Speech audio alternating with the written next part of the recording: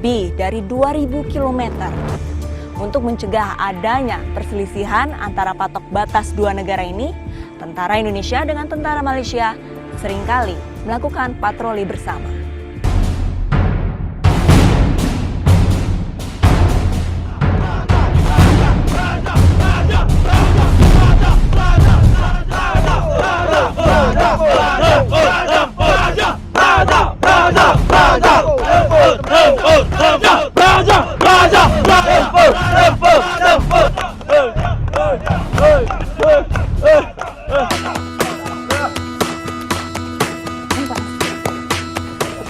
Wah, ini ada seseruan apa nih? Ini seseruan apa nih, Pak? Oh, ini biasa nih panco, Pak. Panco? Iya.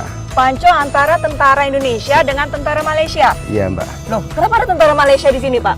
Inilah, Mbak, hebatnya kita perbatasan. Biar kita terjalin hubungan yang baik dengan mereka. Oh, gitu. Selama ini kan isunya kita dengan Malaysia kita ribut. Tetapi selama ini kita perbatasan kita sangat baik. Setiap tahun kami ada rapat bersama, kadang-kadang seperti di Malaysia, di Indonesia. Kami juga ada meeting setahun 2 kali, namanya UCM. UCM itu adalah pertemuan untuk menentukan menyelesaikan permasalahan di perbatasan. Contoh, permasalahan ada yang ditangkap, sebagainya, ada masalah masyarakat di perbatasan, ya kami koordinasi lebih mudah. Pak, ini kan tentara Malaysia ada di wilayah kita. Ada nggak nih, Pak, tentara kita yang di wilayah Malaysia? Ada di Biawak. Biawak. Di Biawak. Di Biawak. Dan itu jumlahnya? Sama 10 orang juga. Prajurit terbaik kami malah kami letakkan di sana.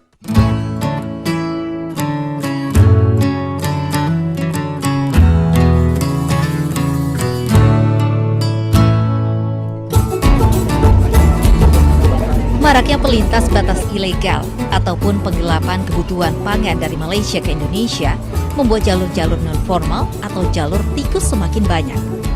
Baik dari tentara negara Indonesia maupun tentara Diraja Malaysia sering melakukan operasi gabungan.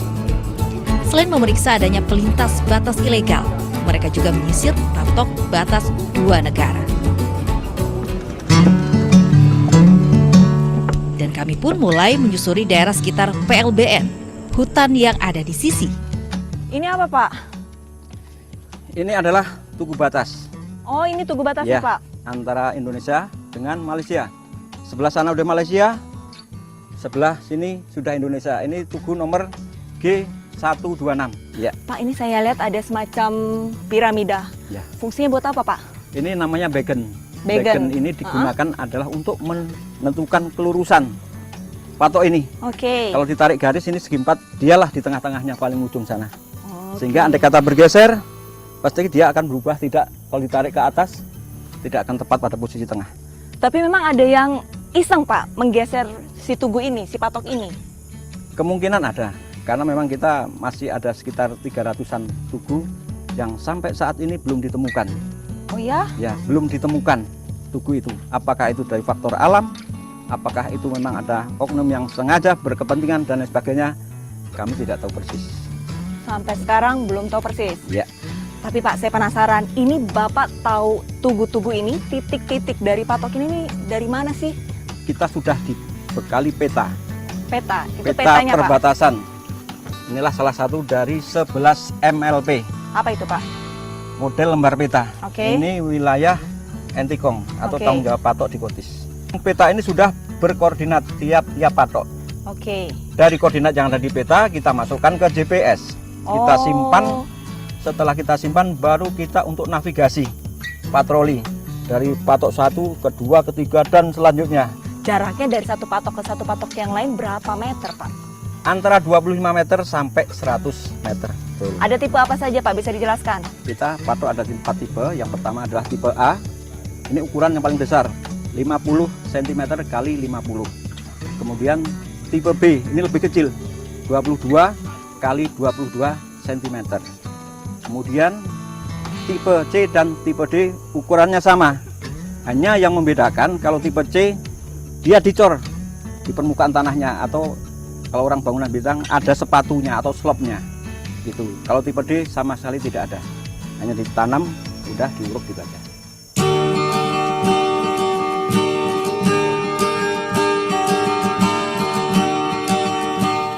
Perjalanan menyusuri patok batas pun masih berlanjut. kami berjalan sekitar 200 meter. Namun di perjalanan, saya menemukan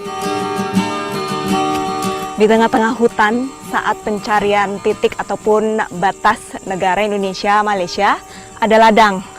Pak, ini ladang warga Indonesia atau ladang warga Malaysia nih, Pak? Ini ladang punya warga Indonesia. Memang betul, sebetulnya di tengah hutan, namun hutan ini tidak jauh dari pemukiman masyarakat. Oke. Dan kalau kita tarik dari patok 25 ke patok 26, ini masih masuk wilayah Indonesia, tidak melewati batas. Ini termasuk daerah rawan nggak, Pak? Soalnya kan ladang, terus berarti kan berdekatan dengan perbatasan. Ya, kalau dikatakan rawan ya rawan, enggak ya enggak. Tinggal kita sebagaimana tim patroli harus mewaspadai. Jangan sampai ladang nanti menyeberang ke wilayah sebelah.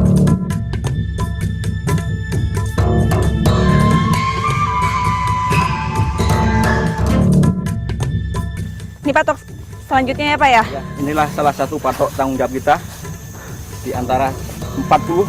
Inilah salah satunya. Pak, ini yang saya lihat ini berbeda dari patok sebelumnya, Pak. Ini ada pembatasnya berupa kawat.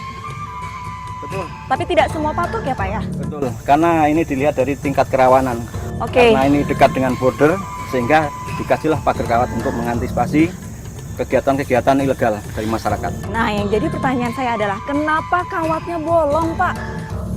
Saya aja nih bisa masuk nih ke wilayah Malaysia tanpa ada pengawasan nih. Ini gimana nih, Pak? Kita sebagai Satgas, kita juga mewaspadai ya. Hah? Kenapa ini kok bolong?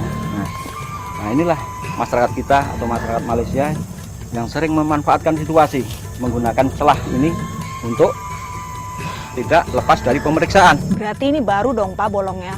Iya, memang baru. Oke, berarti nanti kira-kira kapan nih kalau sudah ditemukan, oke ini bolong, oke ini harus kita pasang lagi, harus kita dapatkan lagi, ini biasanya butuh waktu berapa lama, Pak? Secepat mungkin kami usahakan ini, secepat mungkin. Namun sering terjadi, sudah kita betulkan, kita berbagi 1 minggu atau berapa minggu kemudian sudah bolong kembali. Namun kita tidak bosan-bosannya, Oke.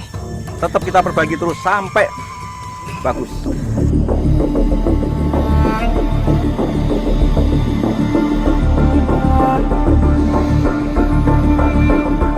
Indonesia memiliki 9 titik permasalahan dengan Malaysia atau Outstanding Boundary Problem OBP.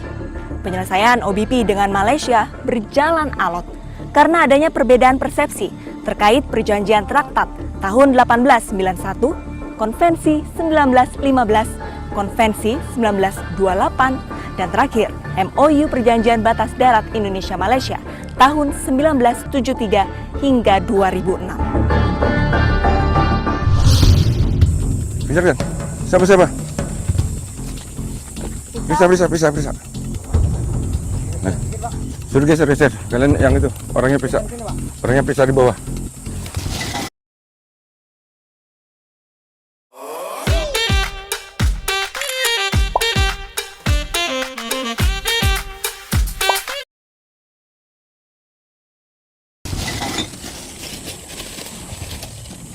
Minuman keras ini.